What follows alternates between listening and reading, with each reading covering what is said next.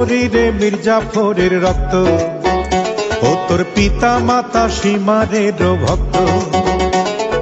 রাজাকারের মতো যে তুই করলি বেঈমানি, বাংলাদেশে জন্ম যে তোর স্বভাব পাকিস্তানি। রাজাকারের মতো যে তুই করলি বেঈমানি, বাংলাদেশে জন্ম যে তোর স্বভাব পাকিস্তানি। দেশের প্রতি প্রেমের প্রতি ছিল না যে টান, তবু আজও তোর প্রতি আছে আমার অনেক সম্মান।